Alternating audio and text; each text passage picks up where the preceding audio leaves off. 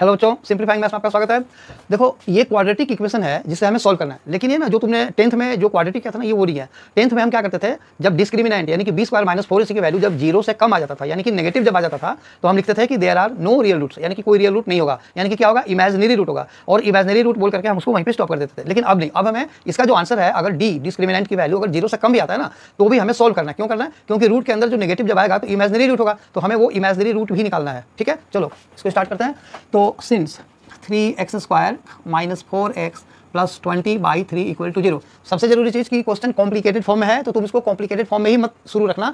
जब भी कोई फ्रैक्शन आता है ना, तो तुम उसको एलसीएम लेकर के उधर शिफ्ट कर दो, यानी कि फ्रैक्शन को हटा दो। तो इसको दोनों साइड अगर तुम 3 से मल्टीप्लाई करोगे तो 3 कट जाएगा, यानी कि एलसीएम लेकर के उधर शिफ्ट करो। उससे बढ़िया है कि तुम डायरेक्टली दोनों साइड 3 से मल्टीप्लाई कर दो, ये कट जाएगा। So this implies 9x square minus 12x plus 20 equal to 0 हो गया। चलो अब हम क्या करते हैं, मैंने क्वाड्रेटिक में पढ़ाया हुआ है, वीडियोस पुराने देखना। इसमें जब भी हमारे पास क्वाड्रेटिक आता है तो सबसे पहले ना हम डी निकालते हैं। हम एक साथ ही पूरा फॉर्मूला नहीं लिखते, छोटा सा टर्म डी है उसको पहले निकाल लो। So D is equal to B square minus 4ac, यानी कि माइनस 12 का स्क्वायर माइनस 4 इंटू 9 और इंटू सी यानी कि 20, ये हो गया 144 माइनस, ये देखो 9 4 जा 36 2 जा 72 और फिर ये 0 720 आ गया। अब ये आंसर नेगेटिव है, 10 माइनस 4 इज 6, फिर 1 11 माइनस 4 इज 7 और यहाँ पे हो गया ये 5 और यहाँ पे माइनस, तो ये हो गया माइनस 576। ओके, माइनस 576 का मतलब कि लेस दैन 0, नेगेटिव आ गया। Therefore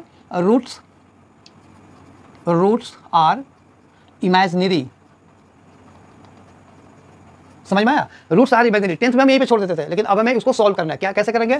so therefore x is equal to minus B plus minus under root D. यही मैंने बोला था। देखो सभी लोग क्या करते हैं कि रूट के अंदर बी स्क्वायर माइनस 4c लिख देते हैं और इसको सारे स्टेप्स को एक साथ लिखते हैं, उसमें टाइम ज़्यादा लगता है। तो रूट डी और डिवाइड बाई 2 है। चलो अब इनकी वैल्यूज को पुट करो। माइनस बी कितना है, minus 12 plus minus under root minus 576 by 2 into A, ये कितना है देखो इक्वेशन, ये 9 है।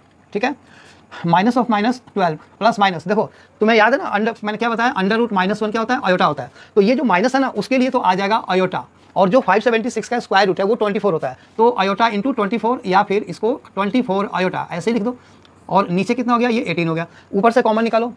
चलो कॉमन निकालोगे तो क्या हो जाएगा, 12 को बाहर निकाल दो तो यहाँ पे 1 हो गया plus minus 2 iota divided by 18, 6 2 जा और 6 3 जा। तो हमारे पास इसका जो आंसर आया वो so implies x is equal to, यहाँ पे जो 2 आया हुआ है उसको चाहो तो मल्टीप्लाई कर दो, चाहो तो ऐसे रहने दो। तो 2/3 इंटू 1 प्लस माइनस 2 अयोटा, ये इसका सोल्यूशन हो गया अयोटा के फॉर्म में, यानी कि इमेजिनरी नंबर के फॉर्म में। आई होप ये वीडियो समझ में आया। अगर आए तो इससे लाइक करो, शेयर करो और सब्सक्राइब जरूर करना। Thank you.